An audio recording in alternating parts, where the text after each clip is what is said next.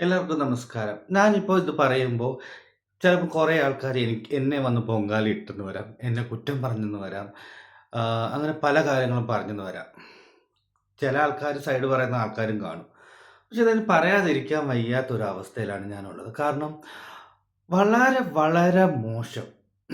വളരെ മോശം എന്ന് വെച്ചാൽ വളരെ മോശമാണ് ഈ കാണിച്ചുകൂട്ടിയിരിക്കുന്നത്. ഈ അലൻ പെരേരയെ നമ്മള് കുറെ ആൾക്കാര് ഇത് ഒരു പ്രാവശ്യമല്ല പല പ്രാവശ്യമായിട്ടുണ്ട് കേട്ടോ. ഞാൻ പല പ്രാവശ്യമായിട്ട് ഇതിനെ പ്രതികരിക്കണമെന്ന് ഇങ്ങനെ പല പ്രാവശ്യമായിട്ട് വിചാരിക്കുന്നു. പക്ഷെ ഈ ഇപ്പൊ ഞാൻ ഈയിടെ ലാസ്റ്റിൽ ഒരു വീഡിയോ ഇൻസ്റ്റയിൽ ഒരു വീഡിയോ കണ്ടു.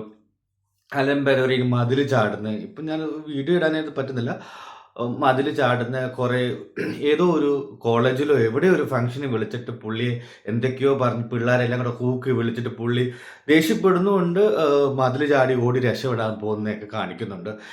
വളരെ മോശമാണ്. ഇങ്ങനെ ഒരു വ്യക്തിയെ വിളിച്ചു വരുത്തിയിട്ട് അപമാനിക്കുക എന്ന് പറയുന്നത് വളരെ, വളരെ, വളരെ മോശമായിട്ടുള്ള ഒരു സംഭവമാണ്. ഞാൻ സമ്മതിച്ചു. പുള്ളി പുള്ളി എന്തൊക്കെയോ കാണിച്ചു കൂട്ടുന്നുണ്ട്. സമ്മതിച്ചു. പക്ഷെ അവരുടെ ക്യാരക്ടറാണ്.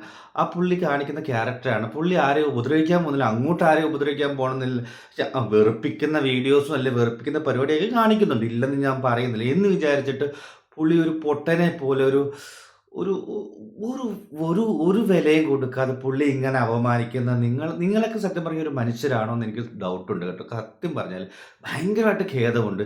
അതും യങ്ങായിട്ടുള്ള പിള്ളേർ പുള്ളിക്കാരനെ വിളിച്ച് വന്നിട്ട് അപമാനിക്കുക, കളിയാക്കുക, കുറ്റപ്പെടുത്തുക. അതൊക്കെ വളരെ മോശമായിട്ടുള്ളൊരു സംഭവമല്ലേ? പുള്ളിക്ക് എന്തെങ്കിലും സംഭവിച്ചു പോയാൽ എന്താ? പുള്ളിക്ക് അതൊന്നും കാര്യമാക്കി എടുക്കുന്നില്ല. പിന്നെയും പുള്ളി അങ്ങനെ തന്നെ പോകും. ഞാൻ സമ്മതിച്ചു. പുള്ളിക്ക് ഫെയിമിനായിരിക്കും, പലതിനുമായിരിക്കും. പക്ഷേ ഇങ്ങനെ കാണിക്കുന്നത് വളരെ മോശമാണ്. അതും ജെൻസ് ആയിട്ടുള്ള പിള്ളേരിങ്ങനെ കാണിക്കുമ്പോൾ എനിക്ക് സത്യമായിട്ടും പിള്ളേരോട് ഭയങ്കരമായിട്ട് ഒരു ഒരു ഒരു നിങ്ങളോട് തന്നെ എനിക്കൊരു പുച്ഛവും, ഒരു വിഷമവും, ഇതൊക്കെയാണ് തോന്നുന്നത്. എന്തിനാണ് മക്കളെ നിങ്ങളിങ്ങനെ ഒരാളെ വിളിച്ചു വരുത്തി ആ പുള്ളിക്കാരൻ എങ്ങനെയെങ്കിലും ജീവിച്ച് പൊയ്ക്കോട്ടെ.